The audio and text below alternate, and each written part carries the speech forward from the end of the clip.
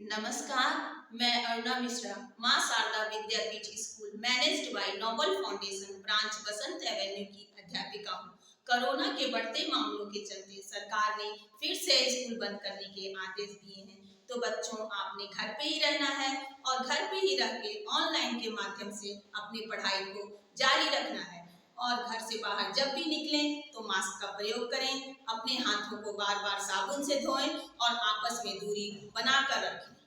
आज मैं 18 जनवरी सन 2022 दिन मंगलवार सभी कक्षाओं का हिंदी का कार्य करवाने जा रही हूँ। सबसे पहले मैं कक्षा नर्सरी को हिंदी का कार्य करवाऊंगी। उसमें बताऊंगी द दवात, ध धनुष, न नल। तो सबसे बच्चों पहले हम द दवात बनाना सीखेंगे। इसके लिए हमें बच्चों अपनी सीधी लाइन खींचनी है, फिर एक छोटी सी सीधी लाइन खींचते हुए अर्धगोला बनाते हुए इसे इस तरह से घुमाना है। ये क्या बन गया? द दवात। ध धनुष के लिए सबसे पहले बच्चों पहले गोला बनाना है, फिर उसी से एक अर्धगोला बनाना है, फिर एक और थोड़ा सा बड़ा अर्धगोला बनाते हुए सीधी लाइन खींचनी है और आपने इस तरह से बन गया ध धनुष। अब हम सीखेंगे न नल बनाना। सबसे पहले सीधी लाइन खींचनी है, फिर एक और सीधी लाइन इस तरह से खींचनी है और एक सीधी लाइन खींचते हुए इस तरह से इसको गोला घुमाना। ये क्या बन गया? न नल। तो बच्चों आपने इसी तरह से द दवात, ध धनुष, न नल अपनी कॉपी पे सुंदर सुंदर लिखना है और इसकी फोटो खींच के अपनी अध्यापिका को भेजनी है। अब मैं कक्षा LKG को हिंदी का कार्य करवाने जा रही हूँ। चित्र से मिलाएं। तो देखो बच्चों, यहाँ पे चित्र दिए हुए हैं और इधर शब्द लिखे हुए हैं। तो बच्चों आपने शब्द को पढ़कर चित्र से मिलाना है। तो सबसे पहले नंबर पे क्या है? सलगम। तो देखो बच्चों, सलगम कहाँ है? दूसरे नंबर पे। तो हम इस तरह से इसे मिला देंगे। दूसरे नंबर पे लिखा है अजगर। तो देखो बच्चों, अजगर कहाँ है? पहले नंबर पे। तो बच्चों हम इस तरह से इसे अजगर से मिला देंगे। बर्तन। देखो बर्तन, बच्चों बर्तन कहाँ है? 5वें नंबर पे। इस तरह से मिला देंगे। थर्मस। तो बच्चों थर्मस की कहाँ पे है? 3रे नंबर पे। तो बच्चों आपने इस तरह से थर्मस पे मिला देना है। बरगद। देखो बच्चों, बरगद कहाँ है? 4थे नंबर पे। तो बच्चों आपने इस तरह से बरगद पे मिला देना है। बच्चों आपने इस काम को अपने कॉपी पे सुंदर सुंदर करना है और इसकी फोटो खींच के अपनी अध्यापिका को भेजनी है। अब मैं कक्षा UKG को हिंदी का कार्य करवाने जा रही हूँ। खाली स्थान भरो, अ की मात्रा। सबसे पहले बच्चों देखो, पहले नंबर पे क्या है? प, खाली स्थान, धा। इधर क्या बना हुआ है? चित्र, पौधे का चित्र। तो हम इसमें अ की मात्रा लगाएंगे। प, खाली स्थान में हम क्या भरेंगे? ओ। तो क्या बन गया? पौधा। ये दूसरे नंबर पे क्या है? औरत। अ, खाली स्थान में हम क्या भरेंगे? ओ। ओ की मात्रा। तो क्या हो गया? औरत। तीसरे नंबर पे क्या है? मौसा। म, खाली स्थान, सा। तो हम इसमें खाली स्थान में क्या भरेंगे? ओ की मात्रा। मौसा। तो बच्चों आपने इसी तरह से पिक्चर देख के अ की मात्रा को खाली स्थान में भरना है और इसको अपने कॉपी पे सुंदर सुंदर करना है और इसकी फोटो खींच के अपनी अध्यापिका को भेजनी है। अब मैं कक्षा पहली को क्रिया की परिभाषा करवाने जा रही हूँ। जिस शब्द से किसी काम का करना या होना पाया जाए उसे क्रिया कहते हैं। बच्चों देखो, यहाँ पे चित्र दिया गया है। आपको इसमें पहचानना होगा कि ये कौन सा काम कर रहा है। तो सबसे पहले धोबी कपड़े धो रहा है। तो इसमें धोबी क्या कर रहा है? कपड़े धो रहा है। तो इस कौन सा क्रिया हो रहा है? धोने का। गाय घास खा रही है। गाय क्या खा रही है? घास। तो कौन सा क्रिया हुआ? खाने का। कविता सो रही है। कविता सो रही है, तो इसमें कौन सा काम हो रहा है? सोने का। मोर नाच रहा है। मोर क्या कर रहा है? नाच रहा है। तो इसमें कौन सी क्रिया हुई? नाचना। तो बच्चों आपने इसी तरह से अपने इस परिभाषा को अपनी कॉपी पे करना है और इसे याद करना है। इसकी फोटो खींच के अपनी अध्यापिका को भेजनी है।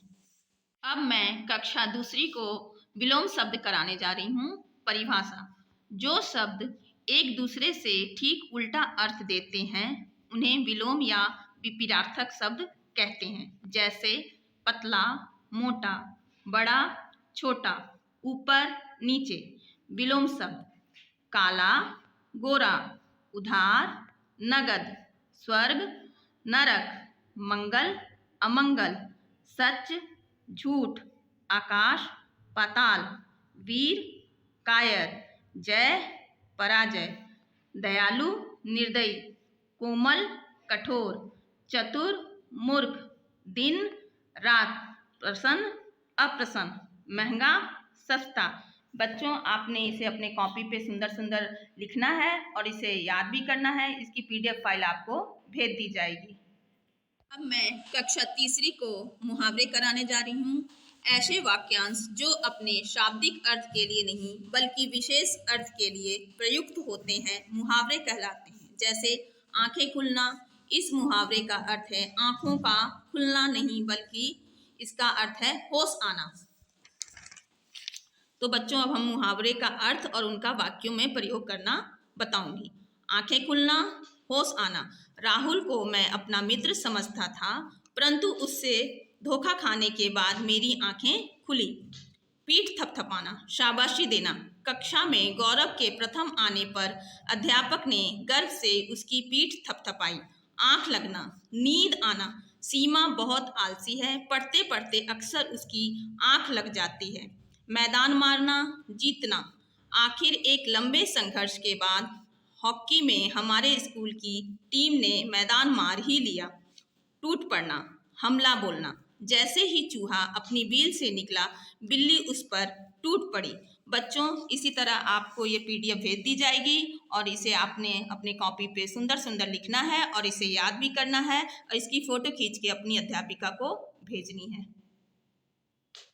अब मैं कक्षा चौथी और पांचवी को सहेली को जन्मदिन की बधाई के लिए पत्र लिखना बताऊंगी। तो सबसे पहले बच्चों, पत्र लिखते वक्त पता लिखना होता है। जैसे मकान नंबर 209, श्याम नगर, लुधियाना, दिनांक 18/1 सन 2022। तो बच्चों, जिस दिन आप पत्र लिखेंगे उस दिन का दिनांक डालना होता है।